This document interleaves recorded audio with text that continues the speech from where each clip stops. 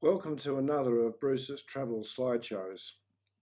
In March 2020, just before the country was closed down with coronavirus, we travelled 2,000 kilometres around Victoria to see some of the silo artworks. The Silo Art Trail is Australia's largest outdoor gallery. There are two sections. One is north of Benalla in some little towns, and the other one is in the Wimmera Mallee area in the west of the state. The Silo Art Trail was conceived in 2016 when one of the first silos was painted at Brim. It then spread around the state and is supported by the Australian government, local councils and community organisations. There are hundreds of old silos in little towns along the railway lines, and there are plenty of canvases for more artwork. Come and join me as we travel through some of the silos that we saw and see this fabulous artwork. After leaving home, we travelled north through the towns of Yea and then to Yark and on to Euroa. To avoid contacting lots of people, we took an old-fashioned thermos flask so that we could have a cup of coffee or tea as we travelled. It was a pleasant drive through the Strathbogie Ranges and much more interesting than building up the highway. We stopped at the local bakery in Euroa for lunch and ate some pies and sausage rolls in the local park. There must have been some very brave people in this area, as the War Memorial in the town features 3 Victoria Cross recipients from World War I. People in this area certainly did their part. We followed some back roads through grazing country to our first art trail stop at the little town of Tatong. There's literally nothing in the town but a tavern. And in the grounds is a small painted water tank next to a wooden cabin. It wasn't the most exciting part of this trip because I walked right past it without even seeing it. Fortunately, some of the artwork of the silos that we'll see later will be much more impressive. The water tank features some historic scenes and a view of the Kelly gang prospecting for gold in the local area. From Tatong, we headed across to the Winton wetlands. This is the area of the old Lake McCowan near Benalla. Lake McCowan was an artificial lake that was created by diverting water from the Broken River and Hollands Creek into the Winton and Green swamps. Construction began in the late 1960s and was completed in 1971.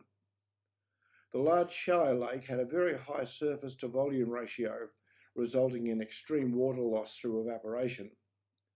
The government decided to decommission the lake and restore the landscape to a more natural wetland and woodland ecosystem in 2004. In 2010, the Lake McCowan site was reformed into the Winton Wetlands Reserve, and because of the drought, it is currently completely dry. We knew there was a painted water tank in one area of the wetlands that is part of the Silo Art Trail. What we didn't expect was to find a road full of creative art.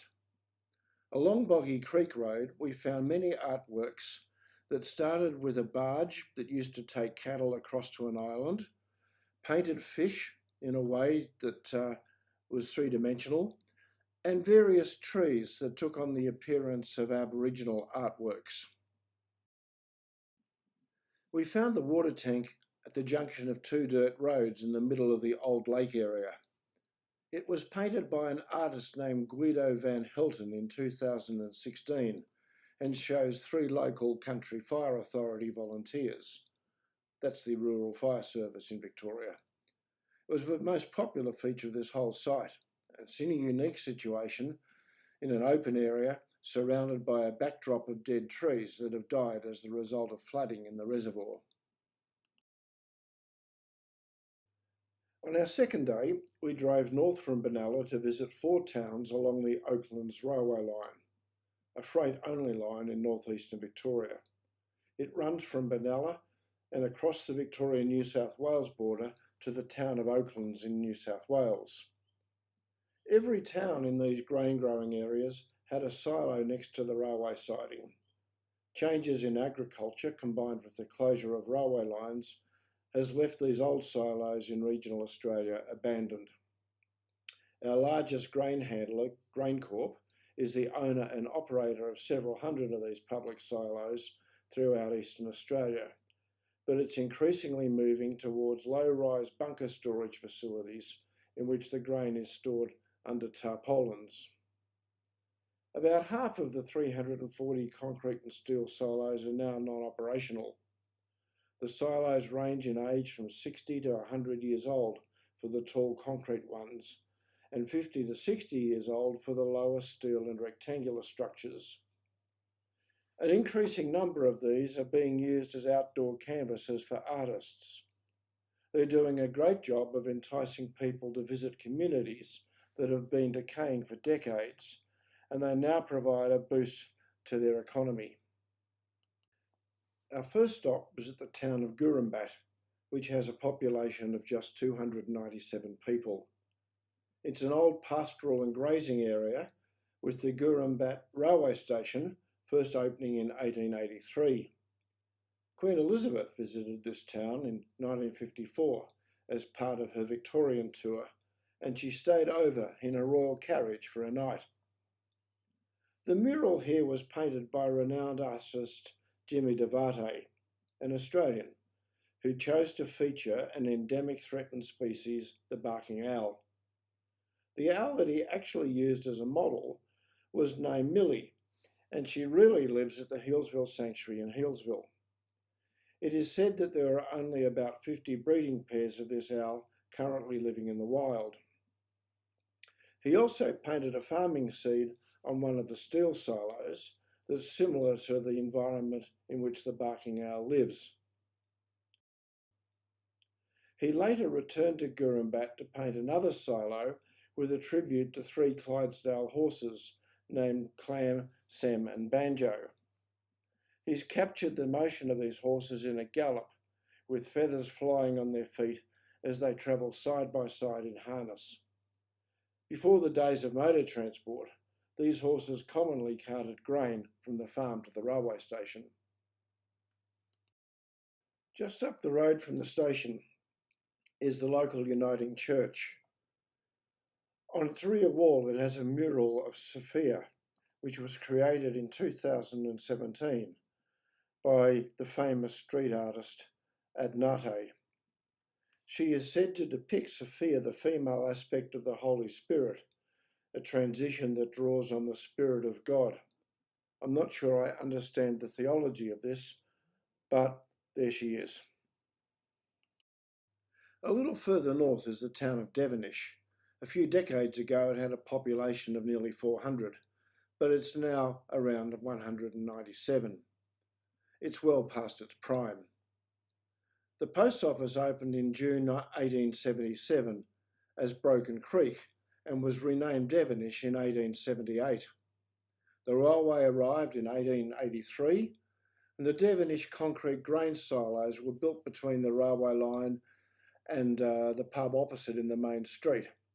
It opened to receive wheat in December 1943. Later, a bulk oat storage building was built in 1965. The paintings on the 2 tall silos, the concrete ones, were officially unveiled on Anzac Day in 2018 to celebrate the 100-year centenary of the end of the First World War. It depicts a stunning image of a World War I nurse and then a modern female military medic of the Australian Armed Forces. It depicts the changing role of women in the military and society in general. You know, I never had a medic that looked like that, the modern one, at least, while I was in Vietnam. Ours never wore pearl earrings. The mural on the smaller oat storage silo is a tribute to the Australian Light Horse. The Australian Light Horse Regiment were mounted troops that had characteristics of both cavalry and mounted infantry.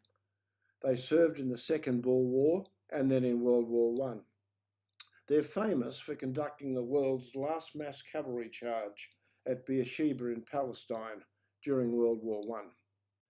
50 young men and women from the Devonish community enlisted in the military services in World War I. At this time, that number represented 1 in 6 residents from this very tiny town. I noticed that 3 men from the local community served in Vietnam, and 1 or 2 saw more recent action in Timor and Afghanistan. Our next stop was at the little town of St James. This town originated as a result of selectors taking up land in the district around 1870. The Grain Corp silos here provide another blank canvas for the silo art trail. These silos have a history dating back as far as the 1915-16 wheat season, when 135,000 bags of wheat were delivered to the railway station. More history followed when in December 1943, the St James silo received its first bulk load of wheat.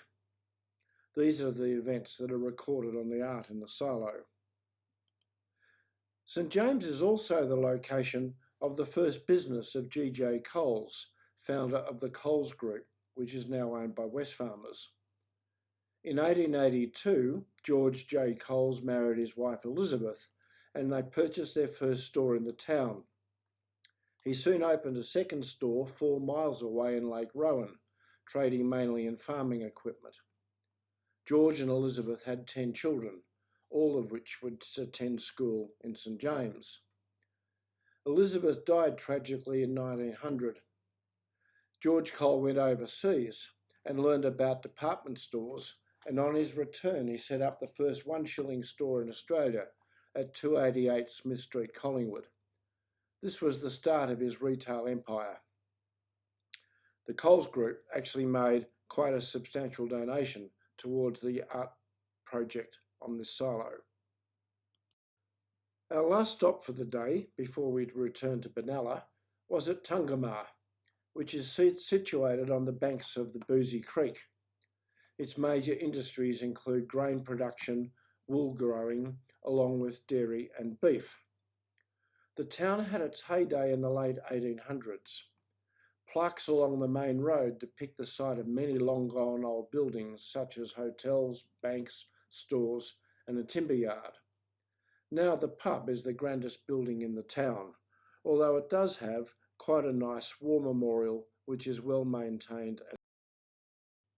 The silos at Tungamah were home to the first silo to be painted in this area of northeastern Victoria, and they formed the beginning of the Northeast Victorian silo art trail. They were painted by Western Australian street artist Sabrani Simcock, who was one of the only female artists to date on the silo art trail.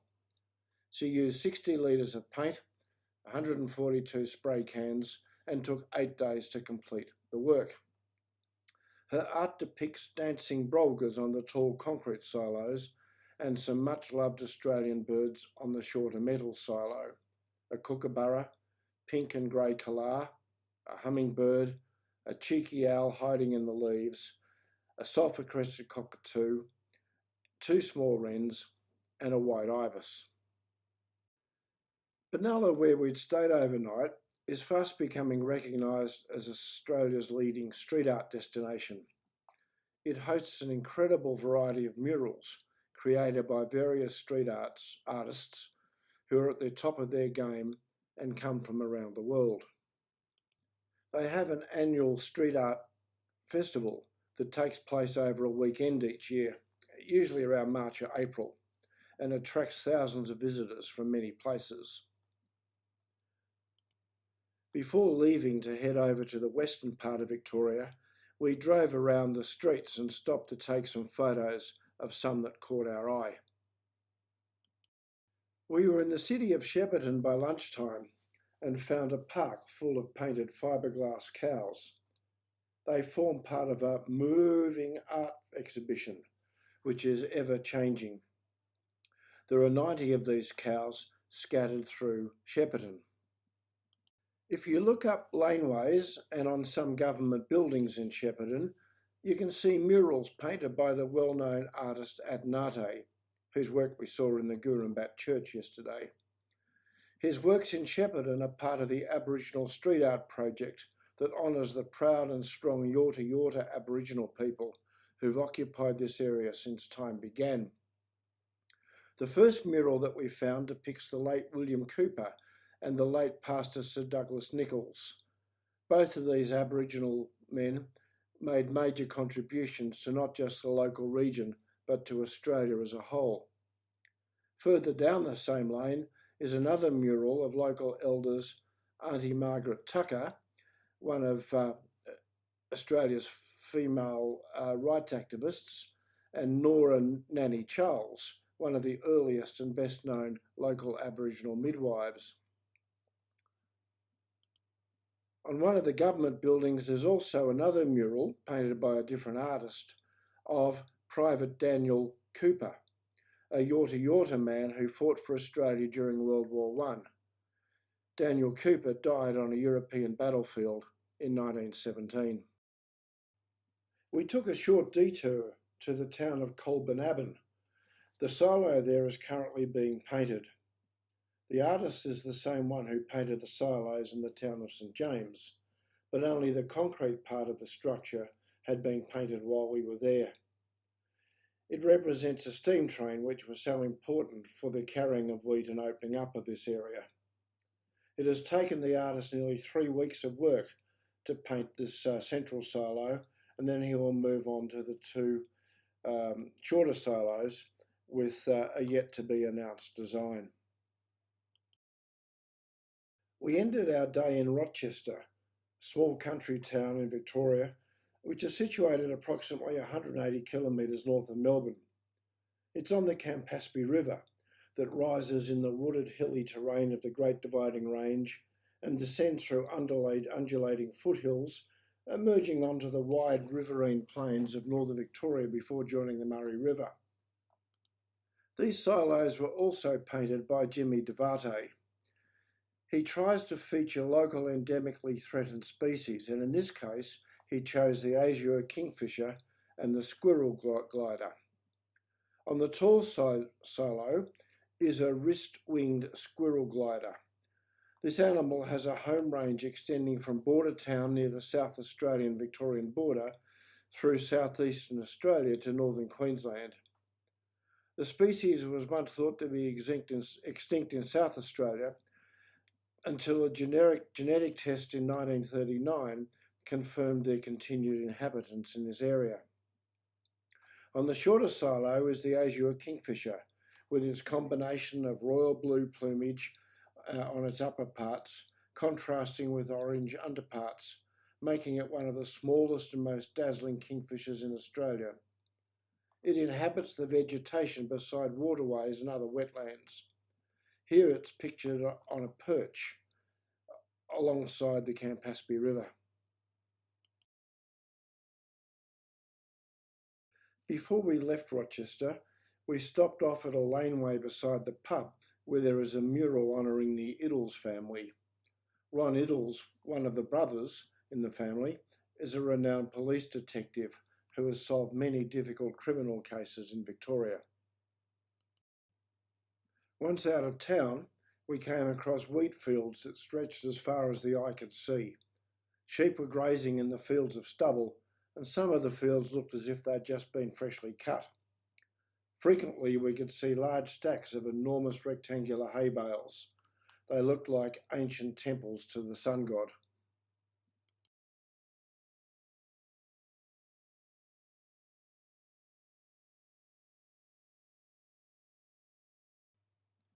In most of the little towns through which we travelled, there were grand colonial buildings or interesting streetscapes. I'm sure that these buildings could tell a story or two.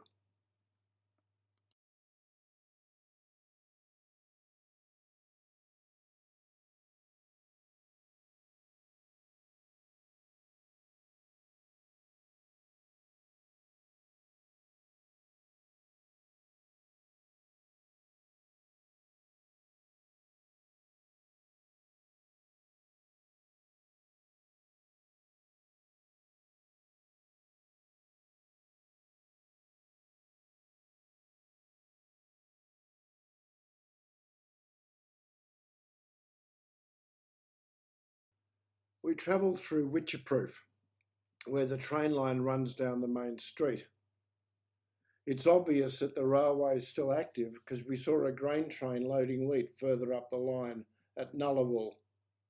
The grain wagons were all painted with graffiti. Nicely though, not that tagging stuff, and they looked as colourful as many of the silos that we've seen along the way. This is the fourth day of our little silo tour, and we came across our first silo for the day at Nullawul, a small country town in the Wimmera Mallee region. It has a population of less than 300 people on a good day, and the silos have only recently been painted to feature Jimmy the Kelpie, as he sits with a close companion, probably a man named Darren. The Kelpie is an Australian sheepdog, successful at mustering and droving with little or no guidance. A working Kelpie can be a cheap and efficient worker that can save farmers and graziers the cost of several hands when mustering livestock. They have a natural instinct to muster, and a good dog will silently move ahead of the stockman and block up the stock until the rider appears. They'll work sheep, cattle, goats, pigs, poultry and other domestic livestock, but I don't think people. Our next stop was the town of Lascelles, where the renowned Melbourne street artist Roan has painted the images of a local couple, Jeff and Marilyn Horman, on the silos there. He worked for 2 weeks to transform the two 1939 GrainCorp silos on the railway track. The Horman family has lived in the area for 4 generations.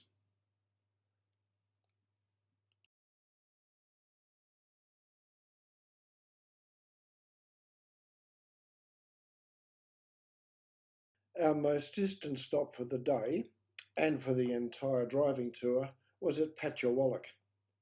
The GrainCorp silos there were the 4th set of silos to join the Art Trail collection, and the second to be painted in the Wimmera Mallee region of Victoria. The artist took some time to get to know the local people in the area and chose a hard-working, lanky local by the name of Nick Noodle Hulland, who exemplified the no-nonsense, hard-working spirit of the region. He appears on the concrete silos. Next to the old railway goods sheds at Patchawalloch is a corrugated iron statue of a mallee fowl. These birds are struggling to survive. A pair of adults might hatch up to 200 chicks during their lifetime, but they're facing significant and catastrophic loss of their habitat due to clearing and severe fragmentation of what remains. Our final destination for the day and overnight stop was at Sea Lake. This town in the Mallee district of northwestern Victoria is situated on the southern shores of Lake Tyrrell, a very large salt lake. Sea Lake is in the heart of Australia's wheat belt and is the main township for a number of wheat farms in the region. At the 2016 census, it had a population of 640 people. The grain silos in the town were painted in October 2019. The artwork depicts a young girl swinging from a mallee eucalyptus tree, gazing out over the endless vista that is Lake Tyrrell. A powerful wedge-tailed eagle soars above the girl, and emus run off into the night. For millennia, this lake has existed unchanged and untouched, so the silos depict it as a place of wonder and story. As the last activity for the day, we drove out to Lake Tyrrell. It was dry, but when full of water, it can turn pink, especially when the water develops algae that interacts with the very high salt content. It's a favourite place for Chinese tourists to visit. The lake covers approximately 21,000 hectares, making it Victoria's largest salt lake. While it's dry for most of the time, it can be covered with about 5 centimetres of water in winter. It's an ancient feature and probably formed by sand blocking the passage of Tyrrell Creek, which feeds the lake. Evaporation results in a layer of salt crusting on the lake bed, which is harvested by the Cheetham Salt Company. The environment around the lake is host to a whole range of reptiles, kangaroos, emus, and various birds. Thousands of seagulls breed on small islands in the lake. The surrounding vegetation is made up of saltbush, which supports a range of wildlife.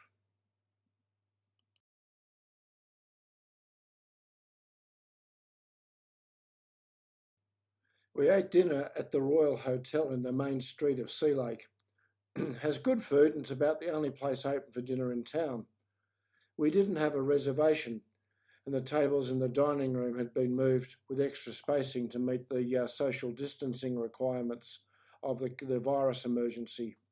However, we were given a spot to eat in the courtyard and were quite grateful that the weather was still warm and quite balmy. There are some murals in the town square opposite the pub, so even a little town like Sea Lake has some art to offer.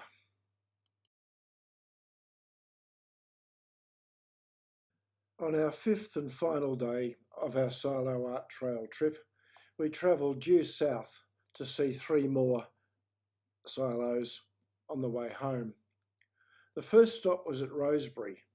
There's no town here, it's just a location on the railway line, and I don't think that the silos here have been used for many years. The silos were built in 1939 and were painted by a Melbourne-based artist named Caffeine. She spent time in the local area learning about the natural environment and acquainting herself with business owners, families and children so that she could paint something that truly reflected local life. She ended up painting 2 figures. One was a young female farmer who also handles drought, fires and other hardships and living in the Mallee. There she is in a work shirt, jeans and turned down cowboy boots, symbolising the future and the strength of women in this region. The silo on the right portrays a quiet moment between a man and his horse. The contemporary horseman appears in an akubra hat, big boots and an oilskin vest, common attire for Mallee farmers. Both man and horse are relaxed and facing downwards, indicating their trust and affection for each other. A little further down the road were the silos at Sheep Hills. They show 4 Aboriginal characters and 2 children to celebrate the richness of Aboriginal culture in the area. The night sky represents elements of local dreaming, and the overall image signifies the important exchange of wisdom, knowledge and customs from the eldest to the next generation. These are the most colourful of all the silos on the art trail.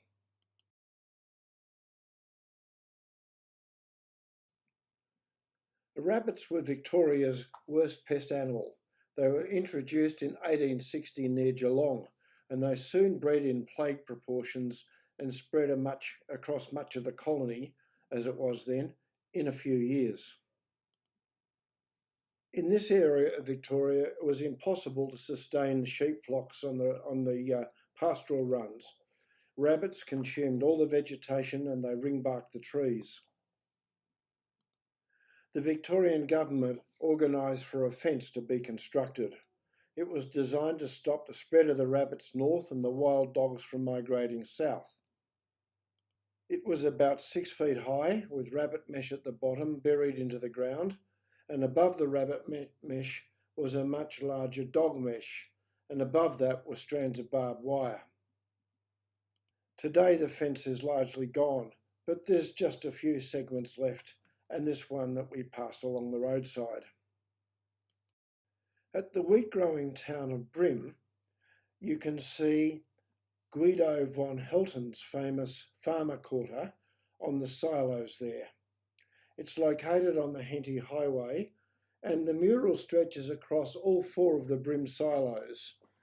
It was painted in 2015 as a tribute to the drought-stricken farming community. It's painted in a monochromatic style, and the figures are mythical, not real people, just representing the characters of this part of Victoria. Near Brim, we had a view of the modern ways in which grain is stored and handled.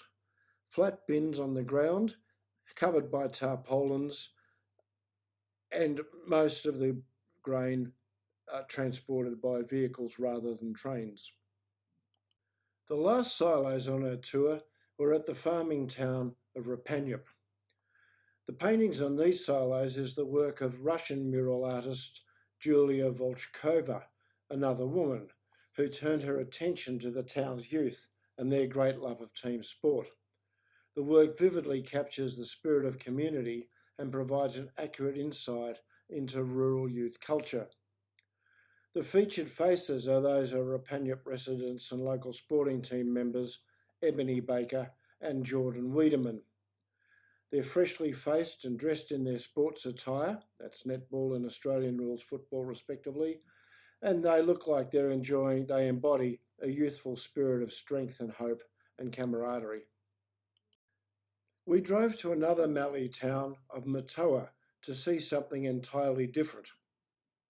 Matoa's stick shed, formerly known as the Matoa No. 1 grain store, is a large building that was constructed in 1942 and is almost 20 metres high, 260 metres long and 60 metres wide. The building was part of the war effort and was used to store grain. It's a fine example of Australian rural architecture with unmilled timber poles and corrugated iron. It held over 92,000 tonnes of wheat. It's listed on the Australian National Heritage List, recognising it as a place of importance. In 1939 to 40, a good wheat crop and a heavily reduced export trade due to World War II led to grain stockpiling and a shortage of storage facilities. This prompted the Australian Wheat Board to design and build the first large bulk storages in Australia. They were originally referred to as bulkheads, then commonly known as emergency wheat storage sheds. A steel shortage meant the shed was built largely from readily available timber, some 560 unmilled mountain ash poles erected into the auger dug footings in the ground. Concrete was manually poured around the footings. Galvanised hoop iron was used to strengthen the joints. This adapted solution was due to problems with differing pole sizes and the expected shrinkage and warping and twisting of unseasoned hardwood. This contributed to the building's capacity to survive for more than 75 years and gave it the structure and the ability to move and shift due to internal stresses and high winds without collapsing. It was too far for us to drive home in one day, so we drove through the Grampian Ranges and stopped overnight at Dunkeld. At Hall's Gap, we had the chance to see some of Australia's iconic wildlife with emus and the kangaroos that came out to dine on the grass at the town oval every evening.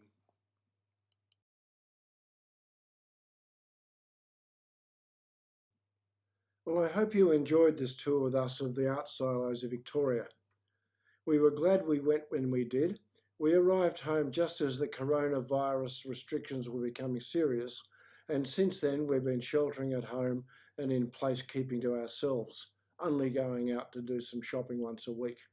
We hope that your experience of the virus is safe, and we look forward to talking to you down the track.